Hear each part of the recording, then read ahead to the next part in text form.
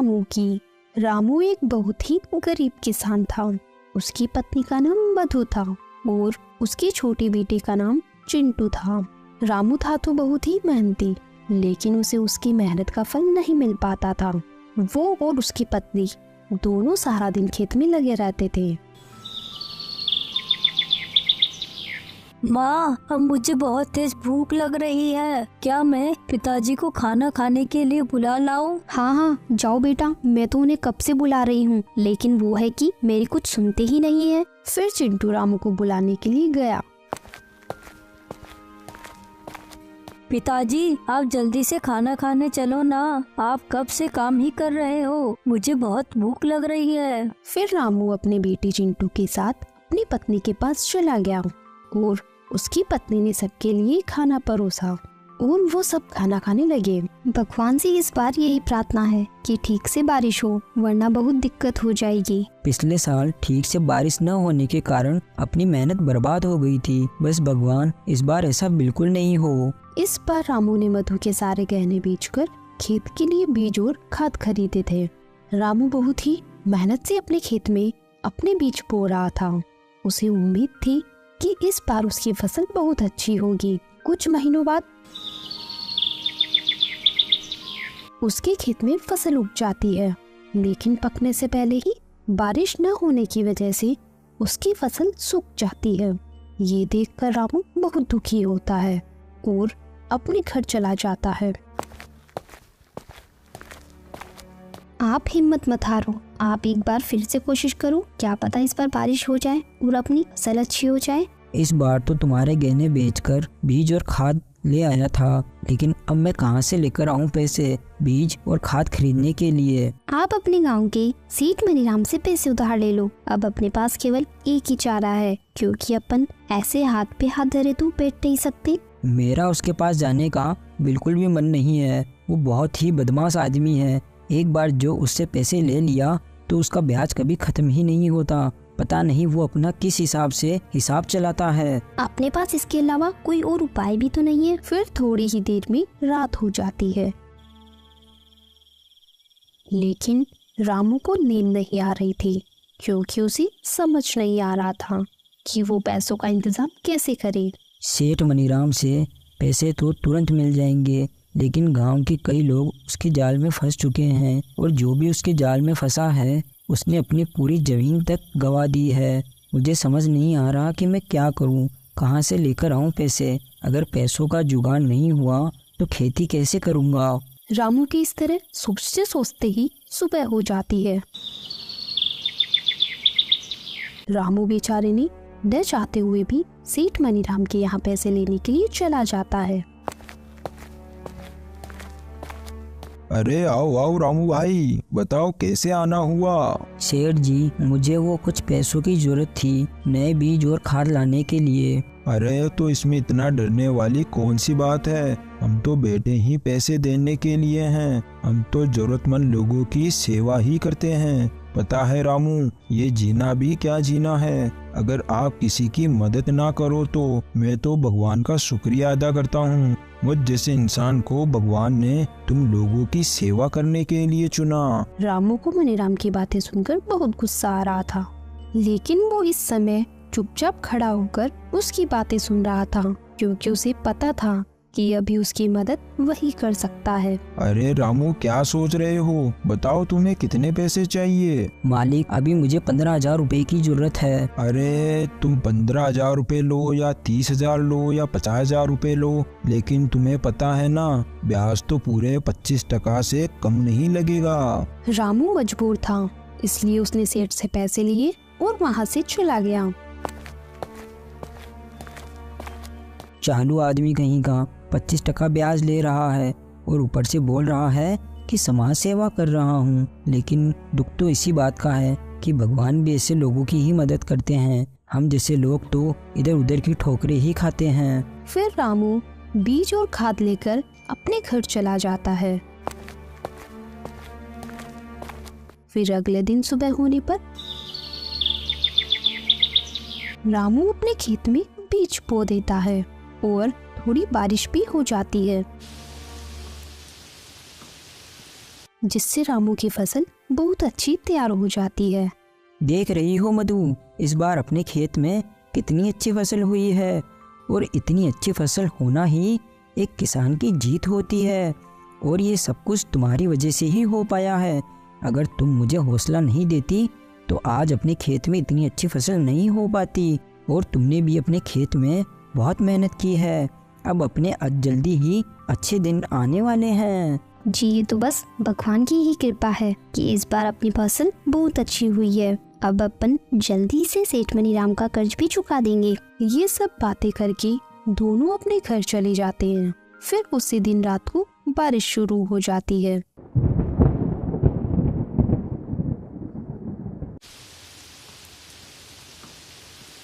पूरी रात बहुत तेज बारिश होती है। सुबह होने पर भी बारिश रुकने का नाम नहीं ले रही थी। मधु, न जाने ये बारिश कब रुकेगी। पहले तो बारिश हो नहीं रही थी और अब हो रही है तो इतनी हो रही है कि कल रात से रुकने का नाम तक नहीं ले रही है। क्या पता मेरी फसल कैसी होगी। आप बिल्कुल भी चिंता मत कीजिए, देखना जल्दी ही बारिश रुक जाएगी। फिर आप जाकर अपने खेत की फसल को देख आना। मधु ये बोलकर रामू को दिलासा देने की कोशिश करती है, लेकिन उसे भी पता है कि अब तक उसकी फसल खराब हो चुकी होगी। फिर ऐसे ही 5 दिन तक बारिश रुकने का नाम नहीं लेती। 5 दिन बाद जब बारिश रुकती है तो रामू सुबह जल्दी ही अपने खेतों की ओर अपनी फसल को देखने के लिए निकल जाता है। रामू वहां जाकर अपनी फसल को बर्बाद देखकर रोने लगता है। हे भगवान, आप ये कैसा न्याय कर रहे हो। पहले तो एक बूंद बारिश नहीं हो रही थी और अब हुई तो 5 दिन बाद रुकी, जिससे हमारी सारी फसल खराब हो गई। अब मैं अपना कर्जा कैसे चुकाऊंगा। अगर सेठ मनीराम को समय से पैसे नहीं दिया तो वो मेरा खेत भी हड़प लेगा। रामू वहां से रोता हुआ अपने घर आ रहा था कि तभी रास्ते में उसका एक्सीडेंट हो जाता है, तो उसे गांव के अस्पताल में ले जाया जाता है। सुनिए जी, आप बिल्कुल भी चिंता मत कीजिए, मैं हूं ना, मैं सब संभाल लूंगी। आप सिर्फ अपना ख्याल रखिए। आपका साथ होना भी मेरे लिए बहुत है, आप बस मेरा साथ मत छोड़ना। मधु सेठ मनीराम के यहाँ जाकर उससे पैसों की भीख मांगती है। मधु, ये तो मैं भी जानता हूँ कि बारिश अपने हाथ की चीज नहीं है जिससे अपन रोक सकें, और इस बारिश से अपने पूरे गांव की फसल खराब हो चुकी है। लेकिन मैंने तो तुम्हें ब्याज पर पैसे दिए थे, और उधारी तो ब्याज खाने के लिए ही दी जाती है ना। सेठ जी, मैं आपके पैसे चुका दूंगी, लेकिन अभी आप ही हो जो मेरी मदद कर सकते हो। मैं तुम्हें पैसे तो उधार नहीं दे सकता, लेकिन मेरे पास कुछ आलू पड़े हैं, तुम उन्हें बाजार में बेच आओ। अगर तुमने उन्हें अच्छे दाम में बेच दिया तो मैं तुम्हें उस कीमत का कुछ हिस्सा दे दूंगा। मधु के पास और कोई उपाय नहीं था, इसलिए वो इस बात के लिए मान जाती है। तो सेठ अपने आदमियों के साथ आलू की बोरियां मधु के यहाँ बेच देता है। लेकिन मधु जैसे ही आलू को देखती है तो वो हैरान हो जाती है। ये सारे आलू तो सड़े हुए हैं, ये आलू कौन बाजार में खरीदेगा। अरे मधु, तुम इतना भी नहीं समझती हो कि जब बारिश आने से हमारी फसल बर्बाद हुई है तो सेठ मनीराम की फसल कैसे बच सकती है। सेठ बहुत चालू आदमी है, उसके सारे आलू सड़ चुके थे, इसलिए उसने ये सारे आलू तुम्हें दे दिए ताकि वो अपने ऊपर और कर्जा चढ़ा सके। लेकिन कुछ भी हो जाए, मुझे आलू को बाजार में बेचना ही पड़ेगा। मधु और रामू ये सब बातें कर ही रहे थे कि तभी वहाँ चिंटू आ जाता है और इतने सारे आलू को देखकर कहता है, माँ, अपने घर में आप इतने सारे आलू क्यों लेकर आए हो? क्या इतने सारे आलू से आलू के पराठे बनाओगे? चिंटू की ये बातें सुनकर मधु बहुत खुश हो जाती है। वाह चिंटू, तुमने तो मेरी मुसीबत का हल मुझे दे दिया। मैं इन आलू को बाजार में ऐसे नहीं बेच सकती, लेकिन अब इनमें से अच्छे आलू अलग निकाल कर उनसे आलू के पराठे बनाकर बाजार में बेच सकती हूँ।